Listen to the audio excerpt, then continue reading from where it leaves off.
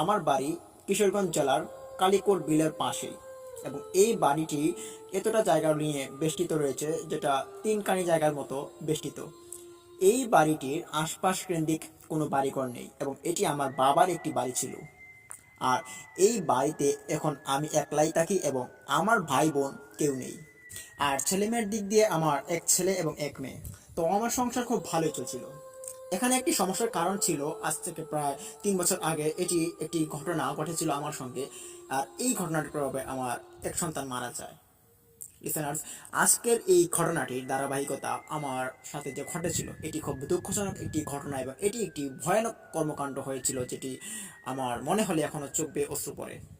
ঘটনাটি আমার সঙ্গে যখন ঘটেছিল তখনকার সময় ছিল 2016 সাল। আমি পেশায় একজন ফল ব্যবসায়ী। প্রতিদিনের মতো আমি ফল ব্যবসা করে আমি বাড়িতে এসে ঘুমাই। একদিন আমি স্বপ্নে দেখি যে আমার বাড়ির সামনে এখানে একটা কবরস্থান করা হয়েছে, এবং এই কবরস্থানটা নাকি আমার বাবা করেছেন। এটা আমি নিজ চোখে দেখতে পাই আমার স্বপ্নে। তখন সকালে উঠে আমি আমার মাকে জিজ্ঞেস করলাম যে, আম্মা, বলুন তো আপনি, যে আমাদের এই বাড়ির কিনারায় যে কোনায় জায়গাটা রয়েছে, যেটা উঁচু জায়গাটা, ওইটাতে কি কোনো কবরস্থান ছিল আগে? তখন আমার মা তিনি চুপ করে গেলেন আমার কথা শুনে। বললেন যে, কেন, কোনো সমস্যা হয়েছে কি? আমি বললাম যে, না, সমস্যা হয়নি, বাট আমি কালকে রাত্রিবেলা একটা স্বপ্ন দেখলাম, যেটা আমি দেখতে পেলাম যে এখানে একটা কবরস্থান আমার বাবা খুঁড়ছেন এবং কাউকে কবর দিয়েছেন। আর পার্শ্ববর্তী জায়গাতেই আমি দেখতে পারছিলাম যে এখানে আরো 3-4 জনের কবরস্থান ছিল। এটা আমি কেন দেখলাম, আর এটা দেখার কারণ কি ছিল? আমার মা তিনি অনেক আগেকার মানুষ, তিনি বৃদ্ধ বয়সের। ইনি এই স্বপ্ন বিষয়ক অনেক কিছু তিনি বুঝতেন এবং জানতেন। পরক্ষণে আমার মা আমাকে জিজ্ঞেস করলেন যে, তুই কি আর কিছু দেখেছিস? বললাম যে, না তো, আমি তো আর কিছু দেখিনি। তখন মা বলেন যে, কবর খোঁড়ার স্বপ্ন দেখাটা তো কোনো স্বাভাবিক বিষয় না, তবে এটা কেন দেখেছিস? আচ্ছা বাদ দে, স্বপ্নের বিষয় এগুলো মিথ্যা হতে পারে। তখন মায়ের কথায় ভরসা নিয়ে আমি এটাকে বাদ দিয়ে দিই। তারপর সকালে খাওয়া দাওয়ার পর আমি বাজারে ফিরে যাই। বাজারে গিয়ে ব্যবসা শুরু করে দিই, এবং ব্যবসা শেষ করে আমি বাড়িতে আসতে হবে। তখন একটা চায়ের দোকানে আমি 1 কাপ চা খাই এবং একটা পান খাই। তো পরক্ষণে আমি একটা রিক্সার উপরে গিয়ে উঠি। বললাম যে, আমি যাব কালিকোর বিলের পাশে, যাবেন? বললো যে হ্যাঁ। তাকে ভাড়া দাম দর করে আমি রিক্সায় উঠে পড়ি, এবং রিক্সায় উঠে আমি মেইন সড়কের পাশে নামি। এবং এখান থেকে আমার বাড়িটি দেখা যায়, ছোট্ট একটা বাড়ি দেখা যায়, এবং এর পাশে কিছু পড়া জমি রয়েছে এরকম দেখা যায়, মানে মেইন সড়ক থেকে। তো আমি এখানে নেমে রিক্সাওয়ালাকে ভাড়া দিয়ে তাকে বিদায় করে দিই। তখন রাস্তাঘাট খুব নীরব, ঝড়ঝাড় ছিল। আমি তখন বাড়ির দিকে হাঁটছিলাম প্রতিদিনের মতোই, ছেলে মেয়েদের জন্য কিছু খাবার কিনে নিয়ে হাতে করে, এবং হাঁটা শুরু করি। তখন দুপাশ দিয়ে একটা ক্ষেত ছিল লম্বা, এবং আরেকটা পুকুর ছিল লম্বা। এদিকে ধরে আমি হাঁটা শুরু করি। হাঁটতে হাঁটতে হঠাৎ মনে হলো পিছন দিকে আমাকে কেউ ফলো করছে। চরকির মতো ঘুরে দাঁড়িয়ে পিছন দিকে আমি দেখি যে কেউ নেই। তখন না দেখতে পেয়ে মনের ভুল ভেবে আবারও হাঁটা শুরু করি বাড়ির দিকে। হাঁটতে হাঁটতে হঠাৎ মনে হলো মাটির নিচ থেকে কিছু একটা গর্জন শোনা যাচ্ছে, যেটা আমার কানের মধ্যে আসছে বেশে মাটির নিচ থেকে। আমি ভাবলাম যে কি ব্যাপার, গর্জন আসলে আসবে উপর থেকে, তো মাটির নিচ থেকে আসার কারণ কি? তখন মাটির কাছে আমার কানটা পেতে নেই। পেতে নেওয়ার পর আমি শুনতে পাই যে ঠিক মাটির নিচ থেকেই গর্জন আসছে। তখন এটা শুনে আমি খুব ভয় পাই এবং জোরে হাঁটা শুরু করি বাড়ির দিকে। তো হাঁটতে হাঁটতে হঠাৎ আমার সামনে একটা ছায়ামূর্তি উদয় হয়। ছায়ামূর্তিটা দেখার পরেই আমি পরক্ষণে পিছন দিকে একটু থমকে যাই এবং ভয় পেয়ে কাঁপতে শুরু করি। তো ওই ছায়ামূর্তিটা হঠাৎ অদৃশ্য হয়ে কিছু একটা কথা আমাকে বলল। কথাগুলো ছিল এমন যে, বাড়ির পূর্ব দিকে একটা কবরস্থান পাবি, এই কবরস্থানে একটা বাউন্ডারি করবি। তখন এই কথাটি আমি নিজ কানে শুনতে পাই, এবং শোনার পর আমার ওই স্বপ্নের কথাটা আবারও বারবার মনে হচ্ছে। তখন পরক্ষণে হাতে থাকা ফলগুলো আমি মাটিতে ফেলে রেখে এক দৌড় শুরু করি। দৌড়াতে দৌড়াতে আমি গিয়ে বাড়িতে পৌঁছাই। বাড়িতে গিয়ে দরজায় টোকা নাড়ি, এবং বাড়িতে ঘর থেকে আমার স্ত্রী বের হয়ে আসে এবং জিজ্ঞেস করে, কি হয়েছে, আপনি এত অস্থির দেখাচ্ছে আপনাকে। বললাম যে, রাস্তার মধ্যে আমার সঙ্গে খুব খারাপ ঘটনা ঘটেছে। সবকিছু খুলে বলার পর আমার স্ত্রী সে বললো যে, এটা কেন হলো, এটা তো হওয়ার কথা ছিল না। আমি বললাম যে, এটাই তো ভাবছি কি করা যায়। তো ভাবতে ভাবতে আমরা খাওয়া দাওয়া করি এবং রাত্রিবেলা শুয়ে পড়ি। আর মা ছিল ওই পাশের রুমে শোয়া, এর জন্য মাকে আর রাত্রিবেলা ডাক দিইনি। তো ওই রাত্রিবেলা আমি আরেকটা স্বপ্ন দেখি, যেটা হচ্ছে আমার সামনে ওই রাতের মধ্যে একটা ছায়ামূর্তি এসে উদয় হয়। তো আমি ছিলাম তখন স্বপ্নের মধ্যে। আর দেখতে পাই ওই ছায়ামূর্তিটা বলছে, এখানে তোর পারিবারিক একটা কবরস্থান তৈরি কর, আর এই কবরস্থানের মধ্যে তোর একজন লোকের দাফন দিবি, আর এই দাফনটা তোর নিজ হাতে দিবি। তখন আমি বললাম যে আমার পরিবারে তো এমন কেউ নেই, আর আমার পরিবারে তো এত মানুষও নেই যে তাকে আমি দাফন দেব, এটা কি করে সম্ভব হতে পারে।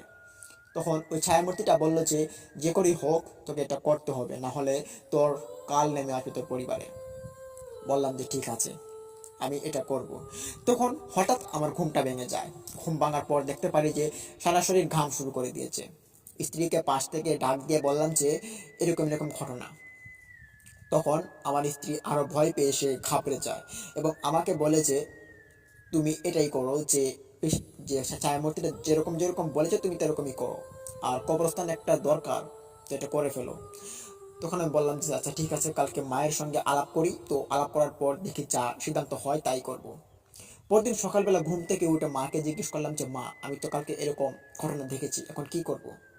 তখন মা বলেন যে আমাদের তো জায়গার অভাব নেই, তো এখানে তুমি একটা কবরস্থান তৈরি করে নাও এবং এখানে ঘোষণা করে দাও যে এই মাসের ভিতরে যদি কেউ মারা যায় আমাদের এলাকায়, তাহলে তার কবরস্থানটা এই প্রথম কবরস্থান এখানে দেওয়া হবে এবং এই কবরস্থানটাই ফ্রিতে দেওয়া হবে। তখন আমার মা অনেক মানুষকে গিয়ে বলেন যে যদি এলাকাতে কোনো মানুষ মারা যায় তাহলে এখানে কবরস্থান ফ্রিতে দেওয়া হবে, একটা কবরস্থান, প্রথম কবরস্থান এটা। তখন 1 মাস, 1.5 মাস, 2 মাস চলে যায়, কোনো মানুষ আমাদের গ্রামে মৃত্যুবরণ করেনি। আর এছাড়া আমাদের যে গ্রামটা ছিল বেশ ছোট এবং এই গ্রামের মধ্যে মানুষজন খুব কম ছিল। তো 2 মাস চলে যাওয়ার পর ওই কবরস্থানের আশপাশ দিয়ে আমার মা কিছু একটা দেখেন এবং তিনি আমাকে বলেন যে কবরস্থানের আশপাশ দিয়ে খুব অস্বাভাবিক জিনিস ঘোরাফেরা করে। তখন এটা দেখার জন্য আমি রাত্রিবেলা একদিন ফলের বসা শেষ করে বাড়িতে আসি। খাওয়া দাওয়ার পর না ঘুমিয়েই আমি ওই কবরস্থানের পাশে গিয়ে একটা চেয়ার নিয়ে বসে পড়ি এবং ওইটা দেখার জন্য যে কবরস্থানের পাশে কি হাঁটাচলা করে। তখন হঠাৎ আমার ঘুম চলে আসে এবং হঠাৎই আমি দেখতে পাই যে এক ঝলকা আলো আমার সামনে দিয়ে উদয় হয়ে কবরস্থানের আশপাশ দিয়ে ঘোরা শুরু করে দিয়েছে। দেখতে পেয়ে নিজের চোখকে বিশ্বাস করতে পারলাম না এবং নিজের চোখকে একটু হাত দিয়ে মুছে নিয়ে আমি আবার তাকানোর চেষ্টা করি, কিন্তু এখন যা দেখছি সব সত্যি সত্যি দেখছি। দেখতে পারি যে একটা ছায়ামূর্তির মতো মানুষ, তার পিছনে 4-5টা ছোট ছোট বাচ্চার মতো এরা ঘোরাফেরা করছে ওই কবরস্থানের আশপাশ দিয়ে। দেখে বেশ হতভম্ব হয়ে হাতে চেয়ারটা করে হাতে নিয়ে দৌড় দিয়ে ঘরে চলে আসি। ঘরে চলে এসে ঘরের দরজাটা লাগিয়ে হুট করে বসে পড়ি। তখন দেখতে পাই যে সবাই ঘুমাচ্ছে। হঠাৎ আমি দেখতে পাই যে আমার বাচ্চাটা একটা চিৎকার দিয়ে উঠলো। তখন আমার স্ত্রী সে ঘুম থেকে লাফ দিয়ে উঠে আমাকে জিজ্ঞেস করলো যে বাচ্চা চিৎকার দিল কেন। আমি বললাম যে আমি তো বলতে পারলাম না। দেখতে পাই যে আমার বাচ্চাটা আর শ্বাস নিচ্ছে না, তার গায়ে কোনো কাপড় ছিল না, তার পেটের মধ্যে আর শ্বাসের নিঃশ্বাসের প্রশ্বাসটা বইছে না। আমি তখন ঘাবড়ে যাই। ছেলের হাতে গিয়ে পালস চেক করি, গিয়ে দেখতে পাই যে ছেলেটা মারা গিয়েছে।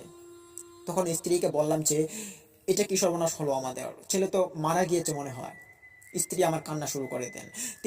সে বলল যে তাড়াতাড়ি হাসপাতাল নিয়ে যাও তাকে। যদিও সে মারা গিয়েছে, মনে সান্ত্বনা দেওয়ার জন্য একটা অ্যাম্বুলেন্সকে ফোন দিই। অ্যাম্বুলেন্স, আমার একটা মতো ভাই ছিল, সে তাড়াতাড়ি চলে আসে। সে আসার পর বলে যে আপনার ছেলে তো মারা গিয়েছে, তাকে এখন হাসপাতাল নিয়ে গেলেও আর লাভ হবে না। তো আমি বললাম যে কেন, আমার ছেলে মারা যাবে কেন, তার কি হয়েছে?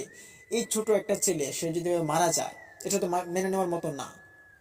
তখন আমার ছেলে মারা যাওয়ার পর এই একবারে হতভম্ব হয়ে আমাদের এই পরিবারটা পুরো শোকাহত হয়ে পড়ে। যদিও আমাদের পরিবারে একটা ছেলে ছিল, একটা মেয়ে ছিল। তো মেয়েটার বয়স ছিল তখন 13 বছর আর ছেলেটার বয়স ছিল 9 বছর। তো আফসোসের বিষয় হচ্ছে ছেলেটা মারা গিয়েছে এবং ওই ছেলেটাকে ওখানে কবর দেওয়ার সিদ্ধান্ত নেই আমরা। প্রথম কবরটা আমার ছেলেকেই দিব ওখানে, যেহেতু এই 1-2 মাসের ভিতরে কোনো গ্রামের কোনো মানুষ মারা যায়নি। তখন আমার ছেলেকে আমি ওখানে কবর দেওয়ার ব্যবস্থা করি এবং কবর খুঁড়ি। ওটা একটা বাউন্ডারি ছিল, ছোট একটা বাউন্ডারি। এখানে প্রায় 12-13টা কবরস্থান দেওয়া যাবে, এরকম একটা অবস্থান। তো যাই হোক, পরিশেষে আমার ছেলেকে এখানে কবর দেই এবং কবর দেওয়ার পর রাত্রিবেলা আমাদের আর ঘুম নেই।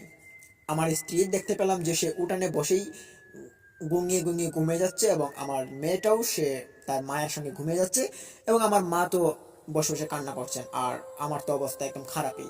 তো তারা সবাই প্রায় ঘুমিয়ে গিয়েছিল। তখন প্রায় মধ্যরাত হয়ে গিয়েছিল পরদিন। তো ঘুম নেই কারো চোখে। তখন আমি হঠাৎ দেখতে পাই যে কবরস্থানের আশপাশ দিয়ে ছোট ছোট বাচ্চার মতো, প্রায় আমাদের মানুষের বাচ্চা যেগুলো হবে 3-4 বছরের, যে হাঁটাচলা করে এরকম বাচ্চা, তারা কালো কাপড় পরিধান করে ঘুরছে আমাদের কবরস্থানের পাশ দিয়ে। তখন এটা দেখে আমি আবার আমার নিজের চোখকে বিশ্বাস করতে পারি না, এবং আমি দেখে উঠে দাঁড়াই। দাঁড়িয়ে আমি ওদের কাছে যাওয়ার চেষ্টা করি। আমি ভাবলাম যে এগুলো নিশ্চয়ই কোনো একটা রহস্যময় জিনিস হবে। গিয়ে আমি যখনই একটা বাচ্চার উপর হাত দেব, তখনই আমি দেখতে পাই যে বাচ্চাগুলো অদৃশ্য হয়ে পড়ে। দেখতে পেরে বেশ অবাক হলাম আমি, এবং তখনই আমার সেন্স ফিরে যে আমি ভাবলাম যে আমি এটা কি করতে যাচ্ছিলাম, আমি কি এটা ভালো কোনো জিনিসের উপর হাত দিতে যাচ্ছিলাম। তখনই আমি একটা চিৎকার দিয়ে উঠি ওখানে, এবং চিৎকার শুনে আমার মা এবং আমার স্ত্রী তারা উঠে পড়েন। ওটা আমাকে জিজ্ঞেস করেন যে কি হয়েছে, কি হয়েছে। বললাম যে কিছু হয়নি, ছাড়ো। তখন সবাইকে বললাম যে ঘরে যাও, ঘরে গিয়ে ঘুমাও। তো আমার চোখে ঘুম নেই, সবাই ঘরে পাঠিয়ে দেই। আমি একটা চেয়ারে পরে এখানে আবারও বসে থাকি। তখন আমি হঠাৎ দেখতে পাই যে আমার সামনে একটা ছায়ামূর্তি উদয় হলো, এবং এসে আমাকে সে বলছে যে, হ্যাঁ, তুই এখানে এখনো বসে আছিস, সবে তো তোর ছেলেকে নিয়েছি, তোর পরিবারকে একবার নির্বংশ করে দেবো আমি। তুই এখান থেকে চলে যা বলছি, না হলে তোর অনেক বড় ক্ষতি হবে বলেছিলাম। পরক্ষণেই আমি এখান থেকে ভয় পেয়ে দৌড় দিয়ে ঘরে চলে যাই, এবং ঘরে গিয়ে আমি জোরে জোরে শ্বাস নেই। আমাকে আর তখন কেউ কিছু জিজ্ঞেস করে না। আমি তখন নিজের ভয় নিজের কাছে রেখেছিলাম। আর পরদিন ভাবলাম যে ভালো একজন তান্ত্রিক বা ভালো কোনো কবিরাজকে নিয়ে এসে আমি আমার বাড়িটাকে তাবিজ কবজ দিয়ে আবদ্ধ করে দেবো, যাতে এরকম পিশাচ বা কোনো কালো জাদুর জিন যাতে আমাদের বাড়িতে না থাকে। তো পরদিন আমি একটা কবিরাজের নিকট যাই, গিয়ে সব ঘটনা খুলে বললাম। তখন কবিরাজ বলল যে আচ্ছা ঠিক আছে, তোর বাড়িতে আমি যাই, তারপর দেখতে পারি যদি কোনো সমস্যা তাহলে আমি সমাধান করার চেষ্টা করব। পরদিন বিকেলবেলা আমি ওই কবিরাজের কাছে আবারও যাই, গিয়ে আমি কবিরাজকে বাড়িতে নিয়ে আসি। কবিরাজকে রিক্সাতে করে নিয়ে আসলাম। আসার পর কবিরাজকে নিয়ে আমার বাড়িতে প্রবেশ করলাম। কবিরাজ কবরস্থানটা দেখেই জিজ্ঞেস করলেন যে কবরস্থানটা কি নতুন তৈরি করা হয়েছে। বললাম যে হ্যাঁ। বলে যে কবরস্থানটা কেন তৈরি করেছো। তখন স্বপ্নটা খুলে বললাম যে এরকম এরকম হয়েছিল, তারপর কবরস্থানটা তৈরি করেছি। বলে যে কবরস্থানটা তৈরি করাটা তোমাদের এখানে ঠিক হয়নি, এই কবরস্থানটা পূর্ব দিকে ডান পাশে তৈরি করার দরকার ছিল। কেননা কবরস্থানের ম্যাপ অনুযায়ী তোমাদের ডান পাশে তৈরি করা হতো তাহলে এটা সুবিধাজনক হতো। আর এই জায়গাটা একটা উল্টা জায়গা পড়ে গিয়েছে, আর যার জন্য তোমাদের এখানে কবরস্থানটা ঠিক হয়নি, এটা দেওয়ার দরকার ছিল একটু অন্য পাশে। আমি তখন কবরস্থান জিজ্ঞেস করলাম যে আমি আসলে স্বপ্নে দেখেছিলাম পূর্ব দিকে দেওয়ার জন্য একটা কবরস্থান, এর জন্যই এরকম একটা কবরস্থান এখানে উপস্থাপন করি। আর এই কবরস্থানটা আমাদের প্রয়োজন, এর জন্য আরো আমরা উপস্থাপন করিনি। তখন কবিরাজ বলে যে না, এই কবরস্থানটা তোমাদের এখানে দেওয়া ঠিক হয়নি, কবরস্থানটা আরেকটু অন্য পাশে দেওয়ার দরকার ছিল। এখানে আমার মন বলছে কোনো জিন বা কোনো প্রেত এখানে বসবাস করে। আর তোমাদের এই যে পাশের ড্রেনটা, ওই ড্রেনের পাশে দেখতে পাচ্ছ কিরকম ছায়ামূর্তির মতো পায়ের দাগ রয়েছে। তখন বললাম যে না তো, এগুলো তো আমরা কখনো লক্ষ্য করিনি। তখনই আমরা ওখানে যাই, গিয়ে দেখতে পারি যে আসলেই ওখানে পাতাগুলো সরানোর পর দেখতে পাই ছায়ামূর্তির মতো মানুষের পায়ের মতো কিছু কিছু পায়ের ছাপ, ওগুলো ওখানে পড়ে আছে। দেখতে পেরে বেশ অবাক হয়ে কবিরাজকে জিজ্ঞেস করলাম যে এগুলো কার পায়ের ছাপ। কবিরাজ তখন বলে যে এগুলো হচ্ছে সেই জিনদের পিশাচদের পায়ের ছাপ। তখন কবিরাজের কথা শুনে অবাক দৃষ্টিতে কবিরাজের দিকে তাকিয়ে আবারও বললাম যে এগুলো আমাদের এখানে কি করছে, আর এগুলোকে এখন তাড়ানোর অবস্থান কি, আর এগুলোর জন্যই কি আমার ছেলে মারা গিয়েছে। কবিরাজ তখন সব কিছু উত্তরে বলে যে হ্যাঁ, তোমার ছেলেও মারা গিয়েছে এই জিনদের কারণে। এই জিনগুলো চায় না তোমরা এখানে কোনো স্থাপনা নির্মাণ করো, আর নির্মাণে যদি করতে হয় তাহলে অন্য পাশে করতা, এখানে করা ঠিক হয়নি। আর এই কবরস্থানের পাশেই দেখতে পাচ্ছ যে অসংখ্য পায়ের ছাপ, যেগুলো কিনা জিন বা পিশাচরা আয়ত্তন করে রেখেছে, এবং তাদেরই পায়ের ছাপ। তো তোমরা বুঝতেই পারছো যে এটা একটা মারাত্মক জিনিসের সম্মুখীন তোমরা হতে যাচ্ছিলে, এবং হয়েও গিয়েছো অনেকটা। তখন কবিরাজকে বললাম যে এখন আমাদের উপায় কি। কবিরাজ তখন উত্তরে বলেন যে তোমরা এই বাউন্ডারিটা আবারও ভেঙে দাও, এবং ভেঙে দেওয়ার পর এরই ঠিক একটু উত্তর পাশে, মানে পূর্ব দিকের উত্তর পাশের এক কিনারে তোমরা এই কবরস্থানটা দেওয়ার সিদ্ধান্ত নাও।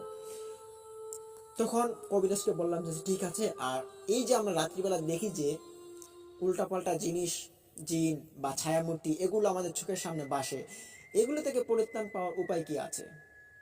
তখন তিনি বলেন যেটা আমি দেখছি।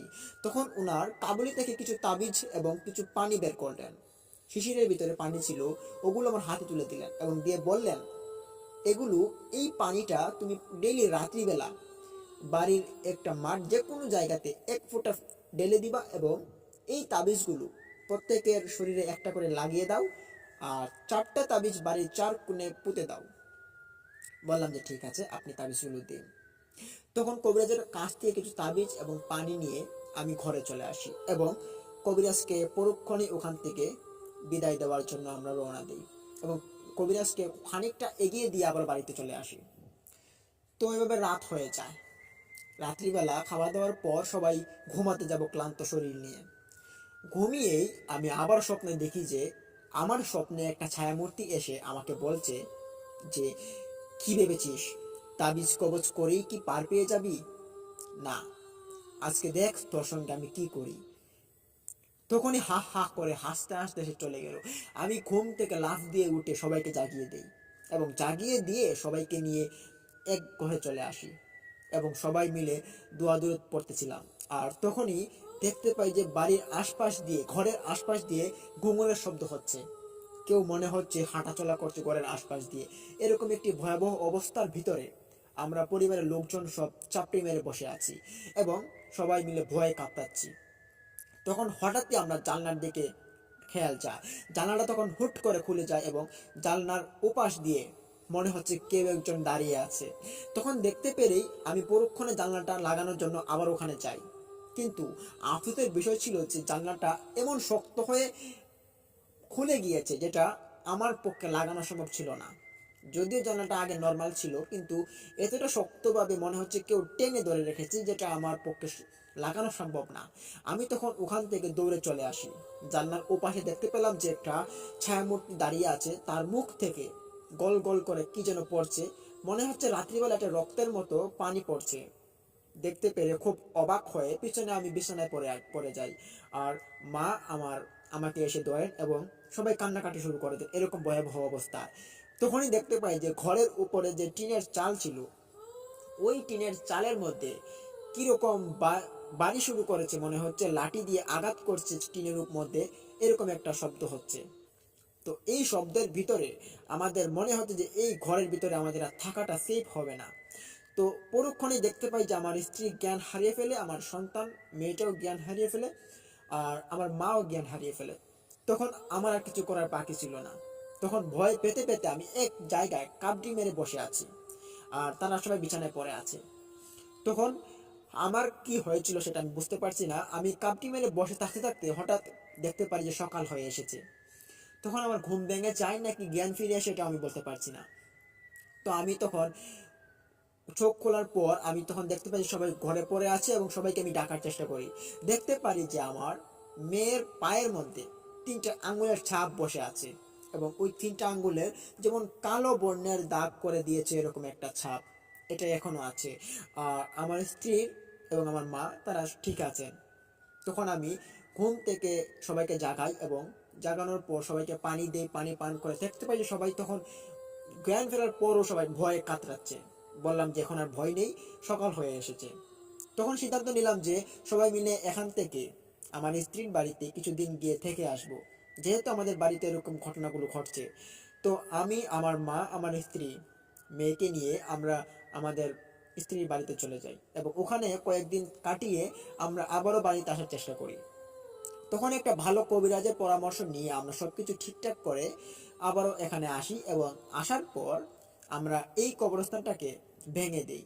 ভেঙে দেওয়ার পর ওই পূর্ব দিকের একটু ডান পাশে আমরা ওখানে একটা কবরস্থান নির্মাণ করার সিদ্ধান্ত নিই।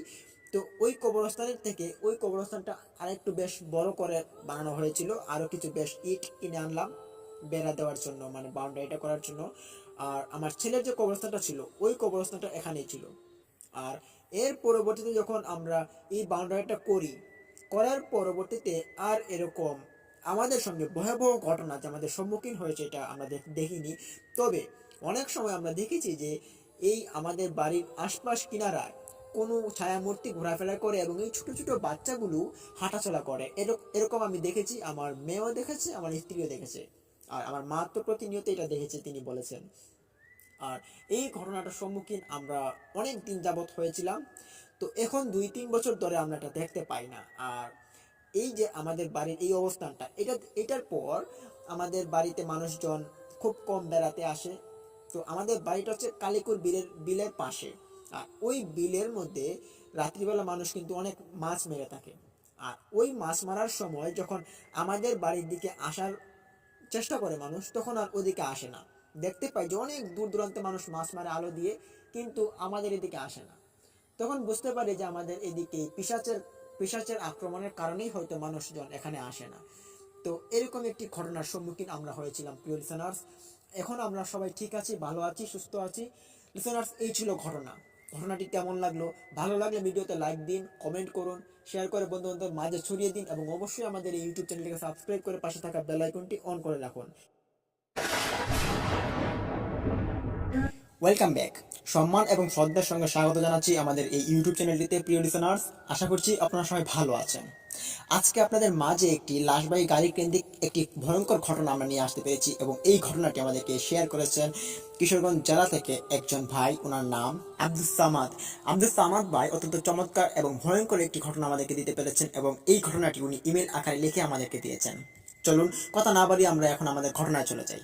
লিসেনার্স, ঘটনায় যাওয়ার আগে আরো একটি কথা আপনাদের মাঝে যেটি বলতে চাইবো সেটা হচ্ছে, আমাদের এই চ্যানেলের সঙ্গে যারা যারা এখনো সংযুক্ত হননি, যারা এখনো সাবস্ক্রাইব করেনি, তারা অবশ্যই সাবস্ক্রাইব করে পাশে থাকা বেল আইকনটি অন করে রাখুন। লিসেনার্স, চলুন এখন আমরা ঘটনায় চলে যাই। শুরুতে আমার সালাম নেবেন, আমি কিশোরগঞ্জ জেলা থেকে আব্দুল সামাদ বলছিলাম। আজকে আপনাদের মাঝে একটি ইমেল এপিসোড লিখলাম, জানি না কেমন হয়েছে, ভালো লাগলে পরে শোনাবেন। ঘটনাটি আমার সঙ্গে ঘটেছিল আজ থেকে 9 বছর আগে। এই ঘটনাটি শিকার হয়েছিলাম আমি এবং এই ঘটনাটির পরবর্তীতে যে প্রভাবগুলো পড়েছে এটা আমার উপরে পড়েছিল। এই ভয়াবহ ঘটনার কথা আমার এখনো মনে হলে এখনো আমার চোখ বেয়ে অশ্রু পড়ে। আর এই ঘটনাটি আপনাদের মাঝে আজকে আমি শেয়ার করতে যাচ্ছি। ঘটনাটি তখন আমার সঙ্গে ঘটেছিল, আমি তখন গাড়ি নিয়ে বের হচ্ছিলাম বাড়ি থেকে। আমার বাড়ি কিশোরগঞ্জ জেলার এই শহরে অবস্থিত। তো আমি শহর থেকে গাড়িটা বের করে নিয়ে আমি হাসপাতালের দিকে রওনা দিই। হঠাৎ আমার এক বন্ধু কল দিয়ে বলল যে, বন্ধু একটু আসতে পারবি মদনের দিকে? আমি বললাম যে ঠিক আছে, আমি আসছি। তো কোনো দরকার নাকি? বলে যে না, কোনো দরকার নেই, তবে এখানে একটা সমস্যা হয়েছে, আসবি? বললাম যে ঠিক আছে, আসছি আমি। তো তার কথা শুনে পরক্ষণে আমি ওখান থেকে গাড়ি নিয়ে আমি মদনের দিকে টান শুরু করি। তো কিশোরগঞ্জ থেকে মদন যেতে প্রায় অনেকটা সময় লাগে, 1.5-2 ঘন্টার মতো। তো আমি যেতে যেতে এক পর্যায়ে নান্দাইলের আগ মুহূর্ত জায়গাটা, যেখানে ময়মনসিংহ জেলার এই একটা থানা পড়েছে, ওই থানার আগ মুহূর্তে আমি একটা লাশ দেখতে পারি যে সাইডে পড়ে আছে এবং ওই লাশের চারপাশ ঘুরে 3-4 জন মানুষ ওখানে দাঁড়িয়ে আছে। সম্ভবত তারা হিন্দু ফ্যামিলির ছিল এবং তারা ওখানে দাঁড়িয়ে দাঁড়িয়ে 2-3 জন কান্না করছিল, আর 2 জন পুরুষ গাড়ি বা কোনো অ্যাম্বুলেন্স ডাকার জন্য তারা রাস্তায় বাধ খুঁজছে। তো আমি দেখতে পাচ্ছি যে অটোওয়ালাকে তারা সিগন্যাল দিচ্ছে, অটোওয়ালা দাঁড়াচ্ছে কিন্তু যাচ্ছে না। তাদেরকে দেখে আমি আস্তে আস্তে করে গাড়িটা চালাচ্ছিলাম এবং গাড়ির সাইডের গ্লাসটা আমি খুলে দিয়ে আমি তাদেরকে এক পলক জিজ্ঞেস করলাম যে, আপনারা কোথায় যাবেন, কোনো সমস্যা হয়েছে কি? তখনই একজন লোক ওখান থেকে উঠে বলে যে, আপনি এসেছেন, এটা তো অ্যাম্বুলেন্স, চলো আমরা ওটা দিয়ে চলে যাই। তখন আমি বললাম যে, আপনারা যাবেন তো ঠিক আছে, তো কোথায় যাবেন আপনারা? বলে যে আমরা ওই শ্মশান ঘাটে যাবো, আমার শ্মশান ঘাটে আমার এই ছেলেটাকে ওখানে পোড়াতে হবে এবং অনেক মানুষ ওখানে জড়ো হয়ে আছে, আপনি প্লিজ একটু সাহায্য করুন আমাদেরকে। কোনো অটোওয়ালা যাচ্ছে না, কোনো রিক্সাওয়ালা যাচ্ছে না শ্মশান ঘাটের দিকে। তখন রাত প্রায় আনুমানিক 10টার উপরে বাজে। তখন আমি বললাম যে, শ্মশান ঘাটে যাবেন তো আমি তো ওইটা চিনি না। বলে যে এটা খুব ছোট একটা শ্মশান ঘাট এবং এটা আপনারা চিনবেন না, আপনার বাড়ি কোথায়? আমি বললাম তখন আমার বাড়ি কিশোরগঞ্জ। তো বলে যে আপনি চলুন, আমরা আপনাকে দেখিয়ে দেখিয়ে নিয়ে যাচ্ছি। বললাম যে ঠিক আছে চলুন। তারপর আমি গাড়ি থেকে নামি এবং পিছনের সিটটা খুলে দিই। তার পরবর্তীতেই আমি ওই লাশটাকে দেখার জন্য এক পলক যাই, কিন্তু ওখানে থাকা একজন মহিলা আমাকে বলেছে, না, লাশ দেখানো যাবে না, আপনি লাশটাকে গাড়িতে তুলুন। তাদের লাশ আমাকে দেখা যাবে না, এটা একটা স্বাভাবিক বিষয় ছিল। তো আমি দেখিনি। তো আমি ওই লাশের মাথার দিকে হাত ধরি এবং লাশের পাগুলো ধরে, তার বাবা সম্ভবত ছিল, আমি এটা চিনতে পারিনি। তো একজন বৃদ্ধ লোক দেখতে পেলাম যে তার পায়ের দিকে তুললো, আমি তার মাথার দিকে তুললাম। আস্তে আস্তে করে লাশটাকে আমার অ্যাম্বুলেন্সে ঢুকিয়ে দিলাম এবং পরক্ষণেই দেখতে পেলাম যে দুজন মহিলা এবং দুজন পুরুষ ওখানে উঠে পড়লো। আর তিনজন মহিলা ওখানে দাঁড়িয়ে ছিল, তারা কান্না করছিল। তারা ওখান থেকে চলে যাওয়ার জন্য সিদ্ধান্ত নিল, বলল যে আমরা যাবো না শ্মশানঘাটে, আমাদের যাওয়া বারণ। তখন তাদেরকে বাড়িতে পাঠিয়ে দেওয়া হয় আর চারজন লোক লাশের সঙ্গে গাড়িতে উঠে। তারপর গাড়ির সিট লাগিয়েই আমি আমার ড্রাইভিং সিটে গিয়ে বসি। ড্রাইভিং সিটে গিয়ে বসার পর আমি গাড়ি স্টার্ট দিচ্ছি, তবে স্টার্ট নিচ্ছে না। আশপাশ দিয়ে কোনো গাড়িগুলো দেখতে পারছি না যে এখন চলাফেরা করছে। তো আমি গাড়ি স্টার্ট দিচ্ছি, নিচ্ছে না। এতক্ষণ সময় 5-6 মিনিট চলে যাওয়ার পর আমি গাড়ি থেকে নেমে একটু খোঁজাখুঁজির চেষ্টা করি যে কোনো সমস্যা হলো নাকি গাড়িতে। গাড়ির সামনের ইঞ্জিনটা আমি চেক করলাম, কিন্তু কোনো সমস্যা দেখা দিল না এখানে। তো একটু পরেই ভিতর থেকে একজন মহিলা ডেকে বলছে যে এত দেরি করছেন কেন, সমস্যা কি হয়েছে? বললাম যে গাড়িটা স্টার্ট নিচ্ছে না, একটু সময় লাগবে। তখন আমি গাড়িতে ইঞ্জিনটা আরেকটু চেক করি, কোনো সমস্যা নেই। আবার গাড়িতে উঠি, তখন গাড়িটা আবার স্টার্ট নিল। তো গাড়ি আমি স্টার্ট দিয়ে বলছিলাম যে কোন দিকে যাব, বলে যে এই রাস্তা ধরে সোজা চলে যাও, আর এই শেষ কিনারায় শ্মশানঘাট রয়েছে। তখন বললাম যে ঠিক আছে। এই বলে গাড়ি আমি চালানো শুরু করি। হঠাৎই আমার গাড়ির ভিতর থেকে একটা শব্দ ভেসে আসে। এটি একটি ভয়ঙ্কর শব্দ ছিল, যেটা কোনো কুকুর বা কোনো বিড়াল যদি কোনো কিছু চিবিয়ে চিবিয়ে খায়, একটা বাজে শব্দ বা বাজে একটা রকমের আওয়াজ তৈরি হয়, এই আওয়াজটা আমি শুনতে পাই। তখন আমার পাশে কোনো সিটে কোনো লোক ছিল না, সবাই ছিল ভিতরে। আমি এটা শুনতে পেরে গাড়িটা পরক্ষণে একটু ব্রেক করার চেষ্টা করি এবং তখনই আবার শুনতে পাই যে এই আওয়াজটা আবার চলে গিয়েছে। আওয়াজটা আমি প্রায় আধা মিনিট কি 40 সেকেন্ডের মতো এটা শুনতে পাই। তবে এটা আমার মনের ভুল ভেবে আবারও গাড়ি চালানো শুরু করি। তো গাড়ি চালাতে চালাতে আমার মনে হচ্ছে যে গাড়িটা যেমন কিরকম নাড়াচাড়া করছে এবং শব্দ করছে, এবং এর ভিতরে ভূমিকম্পের মতো কেমন নাড়াচাড়া শব্দ করছে, এরকম আমার কাছে অনুভূতি হচ্ছে। যদিও গাড়ি চলমান, তবে গাড়ির ভিতরে যদি কোনো রকম শব্দ বা কোনো রকমের কাঁপনির শব্দ হয়, তাহলে কিন্তু এটা আমরা ড্রাইভিং সিটে বসে বুঝতে পারি। এরকমটা আমিও কিছুটা বুঝতে পেরেছিলাম। গুরুত্ব না দিয়ে গাড়ি চালানো শুরু করি। তো গাড়ি চালিয়ে চালিয়ে হঠাৎ দেখতে পাই যে ওখানে আগুনের মশাল জ্বলছে, এবং এই আগুনটা দূর থেকে খুব ছোট্ট একটি আগুন দেখা যাচ্ছে, এবং এই আগুন দেখার পরে আমি বুঝতে পারলাম যে এটাই মনে হয় শ্মশানঘাট। তখন গাড়ি আমি ওইখানে নিয়ে যাওয়ার জন্য চেষ্টা করি, এবং পাশে একটা পুকুর ছিল, ওই পুকুরের পাশ ধরে আমি একটা মাটির রাস্তা দিয়ে আমার গাড়ি নামিয়ে দিই। গাড়িটা যখন আমি মাটির রাস্তায় নামালাম, তখনই গাড়ি একটা ঝাঁকি গেল হঠাৎ। তো ওই রাস্তাতে কিন্তু ঝাঁকি খাওয়ার মতো গাড়ি কোনো রকমের অবস্থান ছিল না যে এটার মধ্যে বেজে তারপর ঝাঁকি খাবে। তো হঠাৎ পরক্ষণে ঝাঁকি খাওয়ার পর আমি একটু হতভম্ব হই। তারপর আশপাশ চেক করি যে কোনো ইট বা কোনো পাথর কি গাড়ির নিচে পড়লো নাকি, কিন্তু না, কোনো কিছু আমি লক্ষ্য করতে পারিনি। আবারও গাড়ি স্টার্ট দিই এবং আবারও যাই, তখন আর কোনো সমস্যা হয়নি। দেখতে পাই যে সামনে শ্মশানঘাট অবস্থিত। শ্মশানঘাটে যাওয়ার পর আমি দেখতে পাই ওখানে দুজন মহিলা দাঁড়িয়ে দাঁড়িয়ে কান্না করছে, এবং ভিতরে থাকা লোকজন আরও কান্নায় যেমন বিমোহিত হয়ে পড়ছে। তখন গাড়ির সিটটা আমি খুলে গাড়ির পিছনে যাই। গাড়ির পিছনে গিয়ে লকটা খুলে দিই, তখনই দেখতে পাই যে ওখানে একজন মহিলা এবং একজন পুরুষ রয়েছে। আর আমার গাড়িতে যখন উঠেছিল তখন ছিল দুজন মহিলা দুজন পুরুষ। দুজনকে না দেখতে পেরে আমি জিজ্ঞেস করলাম যে এ কি, আপনাদের সঙ্গে তো আরো দুজন ছিল, তারা কোথায়? ভিতর থেকে মহিলাটি উত্তরে বলল যে আমরা দুজনই আসছিলাম, আপনি মনে হয় ভুল দেখেছেন। বললেন যে না, আমি তো ভুল দেখিনি, আপনার চারজন উঠেছিলেন, দুজন মহিলা দুজন পুরুষ, আর দুজন কোথায়? তখন ওই মহিলাটি বলে উঠে যে আপনি তো বুঝবেন না, তো আপনি আমাদেরকে নামান এবং আমাদের লাশটা ওখানে নিয়ে যাওয়ার জন্য রেডি করে দিন। তখন মনের ভিতরে একটু ভয় জন্মালো। আমি বুঝতে পারছিলাম যে এটা কোনো স্বাভাবিক বিষয় না। তখন আমি ওই লাশের নিকট হাত বাড়ানোর চেষ্টা করি। লাশের পায়ের দিকে আমি হাত ধরার জন্য আমাকে দেওয়া হয়, এবং ওই লোকটা তিনি মাথার দিকে হাত ধরবেন। তো আমি পায়েতে যখন হাতটা ধরি, তখনই দেখতে পাই যে লাশের পা এতটা গরম হয়ে আছে, যে গরমের আঘাতে আমার হাতের মধ্যে যেমন ফুসকা পড়ে যাবে এমন একটা অবস্থা। আমি তখন পরক্ষণে হাতটা সরিয়ে লাশের বাবাকে জিজ্ঞেস করলাম যে আপনাদের ছেলের লাশ এত গরম কেন, আর লাশ তো গরম থাকে না। বলে যে লাশ গরম মানে গরম না তো, দেখুন আমার কাছে ঠান্ডা লাগছে। আমি বললাম যে না, এটা তো গরম। তখন ওই লোকটা বলে যে দেখুন আপনি কি সব বলছেন উল্টা পাল্টা, এসব আপনার ব্যক্তিগত বিষয়, আমাদের বিষয়ে কোনো নাক গলাতে যাবেন না। আপনি আমাদের লাশটাকে নামাবেন কিনা, আমি বললাম যে না, আমি নামাতে পারবো না, আপনারা স্বামী স্ত্রী মিলে আপনাদের ছেলের লাশ নামান। তখনই পাশে থাকা মহিলাটি আমার দিকে রাগান্বিত অবস্থায় তার চোখগুলো বড় বড় করে তাকিয়েছিল। আমি দেখতে পেরে একটু অবাক দৃষ্টিতে আমি ওই লোকটাকে জিজ্ঞেস করলাম যে উনি এমন করছেন কেন। লোকটা তখন বলেছে, তুমি কি লাশ নামাবে না? তখন ভয়ে আমি বললাম যে ঠিক আছে, আমি নামাচ্ছি। তো হাতের মধ্যে আমার একটা গামছা বেঁধে তারপর ওই লাশের পায়েতে আমি ধরি এবং ওই লোকটা মাথার দিকে ধরে আস্তে আস্তে করে লাশটাকে আমরা নামাই এবং নিচে একটা বডি প্যাড রাখা হয়েছিল, ওইটার মধ্যে লাশটাকে রেখে তারপর ওই শ্মশান ঘাটে নিয়ে যাওয়া হবে, মানে যেখানে চিতাশাল ধরানো হয়েছে। তো ওখানে আমরা নিয়ে যাওয়ার জন্য ওই বডি প্যাডে রাখি এবং ওইটা হাতে করে নিয়ে তারপর ওখানে যাব। যখনই নামার পর দেখতে পারে যে পিছন থেকে আরো 4জন লোক আসছে। তারা সাদা কাপড় পরিহিত এবং চুল খুব লম্বা লম্বা চুল, মনে হচ্ছে কোনো আত্মীয়, বাট তাদের চুলগুলো দেখে মনে হচ্ছে না তারা কোনো মানুষ। সব দিকে অবাক হয়ে আমি আর কিছু করার বাকি ছিল না, আমি তখন ওই লাশের বডি পেটটা আমি ওখানে নিয়ে যাই।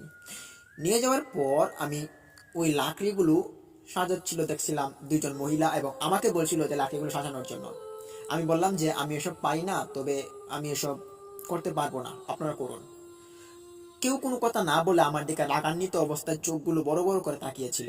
আমি ওখান থেকে ভয় পেয়ে আমি গাড়িতে চলে আসি এবং অ্যাম্বুলেন্সে বসে বসে আমি সিদ্ধান্ত নিলাম যে আমি চিতাশালটা দেখবো।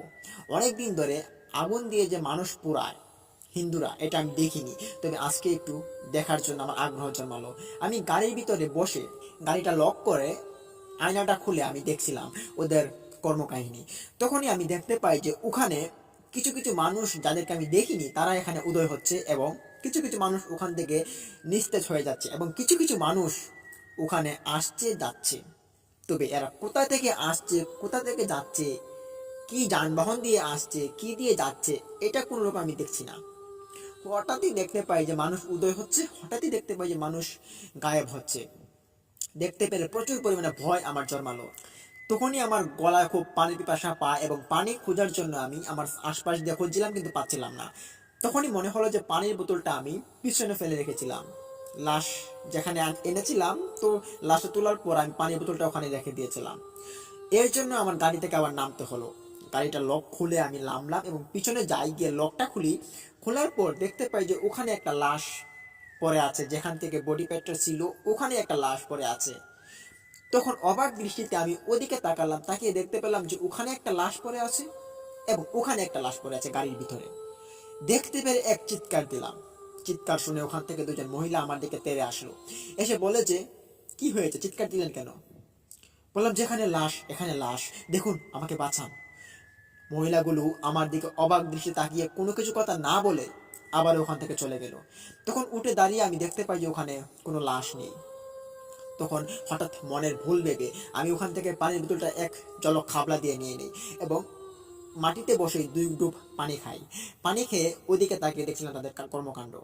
তখন দেখতে পাই যে চিতাশালে আগুন ধরিয়ে দেওয়া হয়েছে এবং আগুনগুলো ধাউ ধাউ করে জ্বলছে।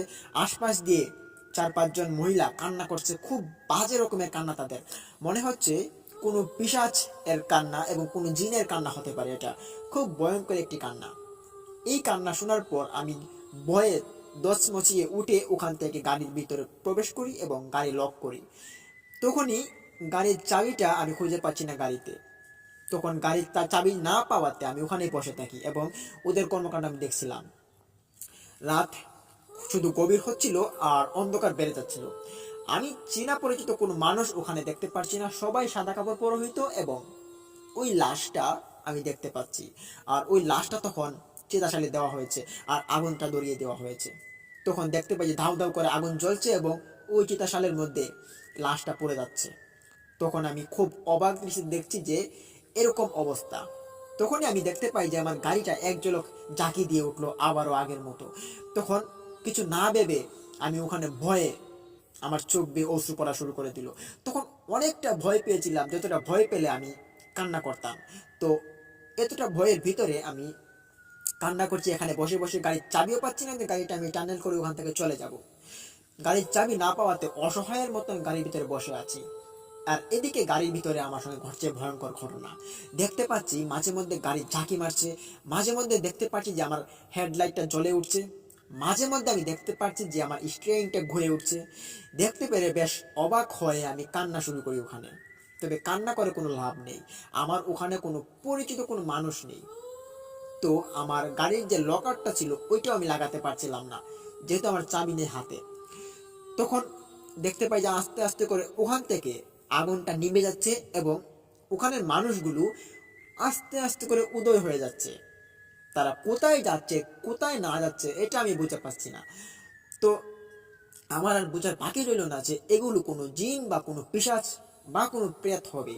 এটা ভেবে আমি এখানে গাড়ি থেকে নেমে পড়ি এবং চাবিটা খোঁজার জন্য চেষ্টা করি। চাবি খুঁজছি কোথাও কোথাও পাচ্ছি না চাবি। আর এদিকে তাকিয়ে দেখছি যে একটা মানুষও নেই ওখানে। তারা কি দিয়ে গেল কি দিয়ে না গেল এটা আমি ভেবে পাইনি। তখন আমি ওই চিতাশালের নিকট ভাবলাম যে হয়তো চাবিটা ওখানে পড়তে পারে।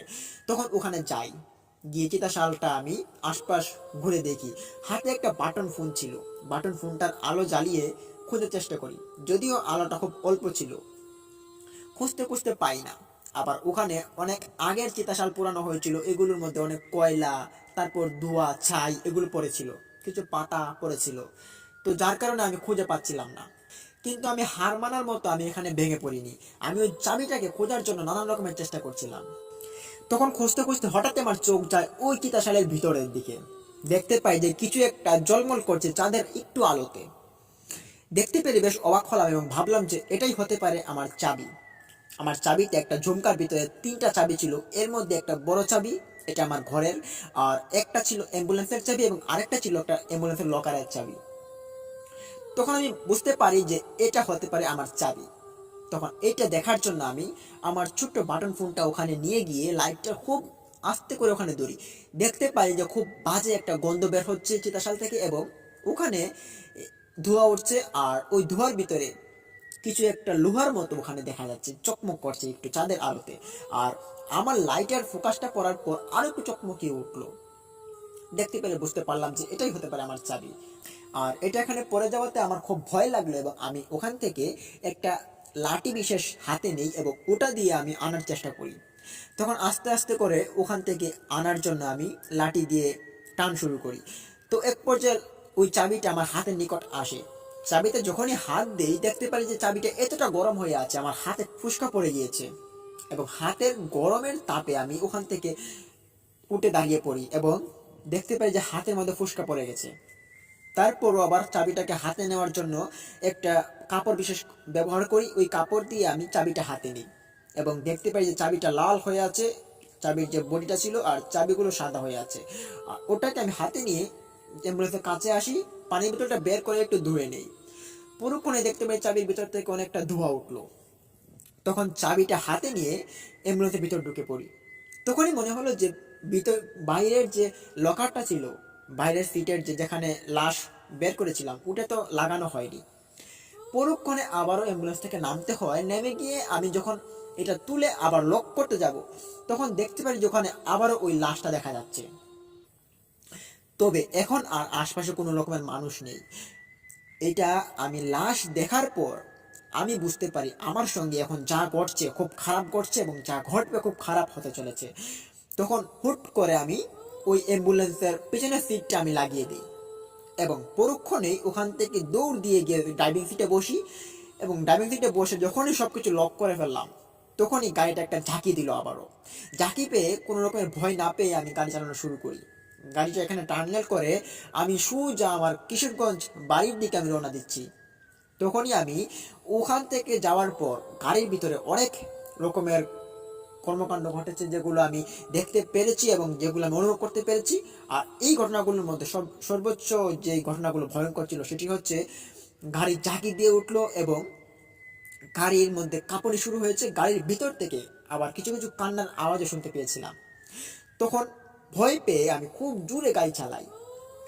তো গাড়ি চালিয়ে আমি এক পর্যায়ে কিশোরগঞ্জের রোডে চলে আসি এবং ওখানে দেখতে পাই কি কয়েকটা দোকান খোলা আছে। তখন রাত অনেকটা হয়েছে, প্রায় 12টা বাজে। ওই 12টার সময় ওখানে কয়েকটা দোকান ছিল যেগুলোর মধ্যে ছোটো ছোটো চায়ের দোকান ছিল, ওগুলোর মধ্যে চা বিক্রি করতো আর কি। তো ওখানে নামার পর আমি দেখতে পাই যে আমার সারা শরীর ঘাম শুরু করেছে এবং এই ঘাম দেখার পর একজন চায়ের দোকান, উনি আমাকে চিনতেন, আমাকে বলেন যে কি হলো ভাই, আপনি এভাবে ঘামছেন কেন? বললাম যে কিছু হয়নি, আপনি আমাকে একটা চা দেন। তখন ওখান থেকে একটা চা খেয়ে, একটা পান খেয়ে আমি ওই দোকানদারকে সাথে করে নিয়ে আমি পিছনে যাই, গিয়ে বললাম যে ভাই আমার সাথে একটু থাকবেন, আমি ওই পিছনে একটু চেক করতে চাই। তখন চাবি হাতে নিয়ে আমি ওই পিছনে লকারটা আমি খুলি। খোলার পর দেখতে পাই যে ওখানে একটা সাদা কাপড় পরে আছে, এবং ওই কাপড়ের উপর যে আমি লাশটা দেখেছিলাম ওই লাশটা আর নেই, তবে কাপড়টা ঠিকই পরে আছে। তখন সাথে থাকা দোকানদার লোকটি আমাকে বলে যে ভাইয়া এটা তো একটা কাপড় পরে আছে, এটা কার কাপড়? আমি বললাম যে ভাইয়া বুঝতে পারছি না, তবে একটা শ্মশান ঘাটে একটা লাশ নিয়ে গিয়েছিলাম, এরপর থেকে আজে বাজে ঘটনা ঘটছে।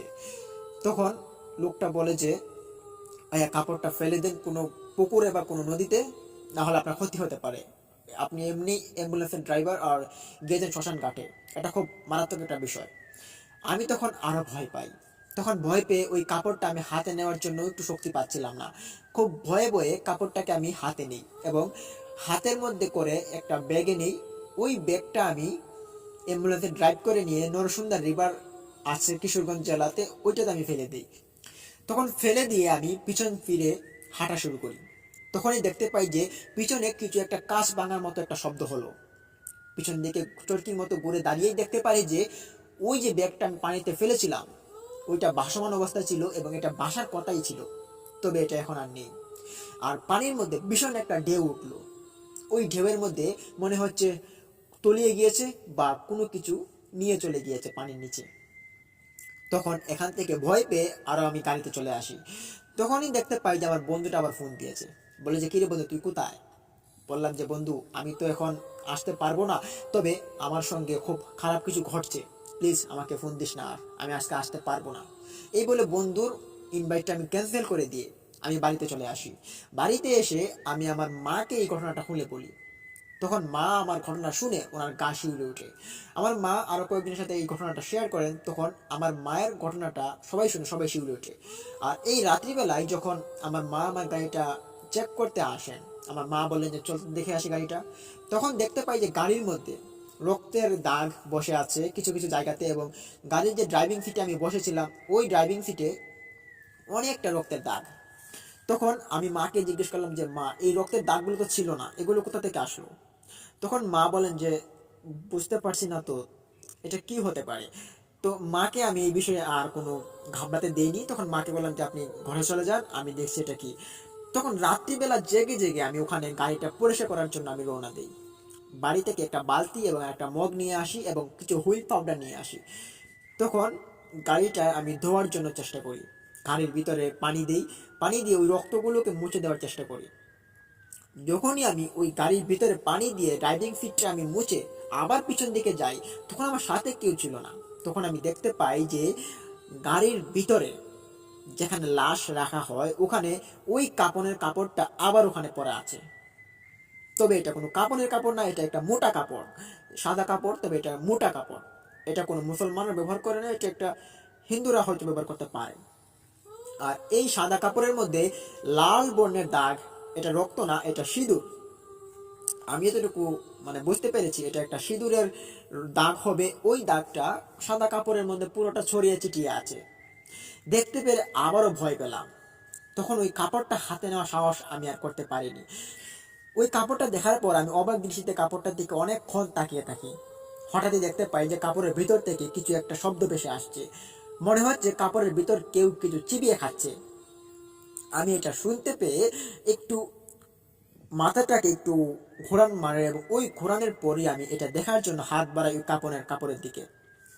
তখন হাত বাড়িয়ে আমি যা দেখতে পাই আমি তার জন্য মোটেও প্রস্তুত ছিলাম না। আমি ওই কাপড়টা সরানোর পর দেখতে পারি যে ওখানে একটা মানুষের মাথার কঙ্কাল এবং একটা তাবিজ ওখানে পড়ে আছে। দেখতে পেরে অনেকটা অবাক হই, এবং ওখানে অনেকটা ভয়ের কারণে আমার সারা শরীর ঘাম শুরু করে দেয়। তখন আমি ওইটা দেখে এক ঝলক বাড়িতে চলে আসি, এবং বাড়িতে এসে মাকে সব খুলে বললাম। মা আমার সাথে পরক্ষণে রওনা দিলেন, এবং দিয়ে আমার সাথে এসে দেখতে পারেন যে ওখানে ওই কঙ্কাল এবং তাবিজটা ওখানে পড়ে আছে। তখন রীতিমতো আমার মাও ওখানে খুব অবাক হয়। আমার মা অবাক হয়ে বলেন যে এটা তুই ধরিস না, এবং কালকে কোনো তান্ত্রিক আমি নিয়ে আসছি এবং দেখছি এটার কারণ কি। তখন গাড়ির সিটটা এখানে লাগিয়ে গাড়িটাকে ভালো করে সেভ করে, যেভাবে আমি প্রতিদিনের মতো কাপড় দিয়ে ঢেকে রাখি ওভাবে রেখে আমি ঘরে চলে যাই। সারা রাত তখন ঘুম হচ্ছিল না। পরদিন সকালবেলা আমার মা ঘুম থেকে উঠে আমাকে বললেন যে চল যাই তান্ত্রিকের কাছে। তখন কিশোরগঞ্জ জেলার অনেকটা ভিতরে, এটা মাসকান্দা বাজারের ওখানে একটা তান্ত্রিকের বাসা। ওই তান্ত্রিক, তিনি কবিরাজ তান্ত্রিক দুটোটাই করেন। তিনি ওনার কাছে যাই, গিয়ে বললাম যে এরকম ঘটনা ঘটেছে, আপনি একটু আসুন এবং এসে দেখুন যে এটা কিসের কারণ, কি হতে পারে এটা। তখন তান্ত্রিক সাথে সাথে আমাদের সাথে রওনা দিলেন এবং এসে আমি যখন অ্যাম্বুলেন্সের ওই পিছনের যে ডাপারটা ওইটা আমি খোলার পর তখনই এই কবিরাজ দেখে বলে, সর্বনাশ, এটা তুমি কোথা থেকে পেলে? বললাম যে এটা তো আমি কোথা থেকে পাইনি, তবে এটা আমার গাড়িতে উদয় হয়েছে। আর আমি কালকে রাত্রিবেলা একটা লাশ, মৃত ব্যক্তি, তো ওইটা কোনো লাশ ছিল না, এটা হতে পারে কোনো জিন বা পিশাচ। যতটুকু কর্মকাণ্ড আমি দেখেছি তারা অদৃশ্য হয়ে পড়ে, অতটুকু দেখার পর আমি বুঝতে পারছি যে এটা কোনো পিশাচ বা কোনো জিন হবে। তো এদের সঙ্গে আমি একটা লাশ নিয়েছিলাম, এরপর থেকে আমার গাড়িতে এরকম অবস্থা। তখন কবিরাজ বলেন যে সর্বনাশ, এইগুলো তুমি একটা মাটিতে পুঁতে দাও, না হলে ক্ষতি হতে পারে। তখন আমি বললাম যে কোথায় পুঁতবো? বলে যেগুলো তুমি কোথায় থেকে নিয়ে এসেছো বা কোথায় তোমার সঙ্গে এরকম ঘটনা ঘটেছে। তখন পরক্ষণে উত্তরে বললাম যে আমি যে কালকে রাত্রিবেলা যে লাশটাকে ওখানে নামিয়ে দিয়ে এসেছিলাম, তো ওখান থেকে আমার সঙ্গে এরকম ঘটনা ঘটছে। তখন ওই তান্ত্রিক আমাকে বললেন যে চলো আমার সঙ্গে, এবং আজকে রাত্রিবেলায় আমরা ওই কঙ্কালের মাথাটা এবং ওই তাবিজটা ওখানে পুঁতে দিয়ে আসতে হবে রাতের মধ্যে। তখন আমার মাকেও সাথে নিয়ে নিই। যখন সন্ধ্যা গনিয়ে আসে তান্ত্রিক আমাদের বাড়িতে আবারও আসেন। তখন তান্ত্রিককে সাথে করে নিয়ে অ্যাম্বুলেন্সে আমরা উঠে বসি। আমি অ্যাম্বুলেন্স ড্রাইভ করি। তখন ওই শ্মশান ঘাটে আবারও আমরা গিয়ে পৌঁছাই। শ্মশান ঘাটটা খুব ছোট্ট ছিল, এবং ওই শ্মশান ঘাটে যাওয়ার পর আমি দেখতে পারি যে শ্মশান ঘাটের আশপাশ দিয়ে কিছু মানুষ বিশেষ কালো কালো তারা ঘুরে বেড়াচ্ছে। দেখতে পেরে আমি তান্ত্রিককে জিজ্ঞেস করলাম। তান্ত্রিক বলে যে এগুলো কোনো মানুষ নয়, এগুলো জিন। তখন আমি চুপটি করে ওখানে দাঁড়িয়ে পড়ি এবং ভয়ে আমার সারা শরীর তাণ্ডব হয়ে যাচ্ছিল। তখন আমার মা আমার সঙ্গে এগোচ্ছিল না, খুব ভয় পেয়ে। তখন তান্ত্রিক আমাকে বলল যে কি হলো, এগোচ্ছ না কেন? তখন মনে সাহস করে নিয়ে আমি এগোই। যেতে যেতে আমি ওখানে দেখাই যে কালকে ওখানে একটা লাশ পোড়ানো হয়েছিল এবং এখানেই আমার চাবিটা হারিয়েছিল, ওখান থেকে আমি চাবিটা পেয়েছিলাম। আর এরপর থেকে আমার এরকম ঘটনা। তখন তান্ত্রিক ওখানে আমাকে বললো যে এখানে একটা গর্ত করো। আমি অ্যাম্বুলেন্স থেকে একটা কোদাল নিয়ে এসেই ওখানে একটা গর্ত করি। গর্ত করার পর ওই তান্ত্রিক কিছু মন্ত্র পড়লেন এবং মন্ত্র পড়ার পরপরই তিনি ওই কঙ্কাল এবং ওই তাবিজটা ওখানে পুঁতে দেন। পুঁতে দেওয়ার পর দেখতে পারি যে ওই মাটিটার মধ্যে একটা ভূমিকম্পের মতো একটা আক্রমণ একটা সৃষ্টি হলো, যেটা হওয়ার পর আমরা মাথা ঘুরিয়ে পড়ে যাই। তো এটা আমরা মাথা ঘুরিয়ে পড়ে সেন্সলেস হইনি, আবার উঠে দাঁড়াই। তখন তান্ত্রিক ওখানে বলে যে তাড়াতাড়ি চলে এসো এখান থেকে। তান্ত্রিকের সঙ্গে আমি এবং আমার মা দৌড় দিয়ে অ্যাম্বুলেন্সে উঠে বসি এবং অ্যাম্বুলেন্স জোরে চালিয়ে এখান থেকে চলে আসি। তখন তান্ত্রিক আমাদের বাড়িতে এসে ওনাকে খাবার খেতে দিই এবং উনি আমাদেরকে এই গল্পের বিস্তারিতটা বলেন আমাদেরকে। তখন জানতে চাইলে তিনি বলেন যে এটা হচ্ছে একটা জিনের লাশ ছিল, আর কালকে রাত্রিবেলা হয়তো ওই জিনটা মারা গিয়েছিল, আর ওই জিনটা তোমার অ্যাম্বুলেন্স দিয়ে গিয়েছিল, যার কারণে তোমার সঙ্গে এরকম ঘটনা ঘটেছে। আশা করি তোমার এরকম ঘটনার সম্মুখীন আর কোনো খারাপ কিছু হবে না, যেহেতু তুমি তাদের কোনো ক্ষতি করোনি। তখন ওই তান্ত্রিক আমাকে কিছু তাবিজ এবং কিছু পানি পড়া আর সাথে কিছু ওষুধ আমাকে দিয়ে তিনি এখান থেকে চলে যান। পরদিনে আমার শুরু হয় খুব অসুস্থতা। আমি জ্বরে আমার সারা শরীরে কাঠ ফেটে জ্বর উঠেছে এবং এই অসুস্থতার মধ্যে আমার টাইফয়েড হয়ে যায়, এবং এরই মধ্যে অনেক দিন যাবৎ আমি অসুস্থ ছিলাম। আর প্রায় 1-1.5 মাস পর আমি অনেক রকমের অসুস্থতা থেকে আমি সুস্থ হই। তারপর 1-1.5 মাস পর যখন আমি সুস্থ হয়ে উঠি, তখন আর এরকম ঘটনা ঘটেনি। তো এই ঘটনার পরিপ্রেক্ষিতে আমি যা কিছু বুঝলাম যে এরকম ঘটনা, যে জিনদের ঘটনা, আমি আগে এরকম ঘটনা বিশ্বাস করতাম না, তবে আমার সঙ্গে ঘটনাগুলো ঘটার পর আমি বুঝতে পারি যে এসব আছে, আর এই ঘটনাগুলোর প্রভাবগুলো খুব মারাত্মক লেভেলে হয়ে থাকে। লিসেনার্স, এই ছিল ঘটনা। ঘটনাটি কেমন লাগলো? ভালো লাগলে ভিডিওতে লাইক দিন, কমেন্ট করুন, শেয়ার করে বন্ধুদের মাঝে ছড়িয়ে দিন, এবং অবশ্যই আমাদের এই ইউটিউব চ্যানেলটিকে সাবস্ক্রাইব করে পাশে থাকা বেল আইকনটি অন করুন। এবং প্রিয় লিসেনার্স, আরও একটি কথা যেটি বলবো আপনাদের মাঝে, যে এটি হচ্ছে আমরা কালকে নতুন একটি এপিসোড নিয়ে আসতে যাচ্ছি, এবং এই ঘটনাটি আশা করি অনেকটা ভালো হবে। এবং কাল পর্যন্ত আপনারা আমাদের সাথেই থাকুন। লিসেনার্স, দেখা হচ্ছে কালকে নতুন একটি এপিসোড নিয়ে। তো তখন সবাই ভালো থাকুন। আসসালামু আলাইকুম।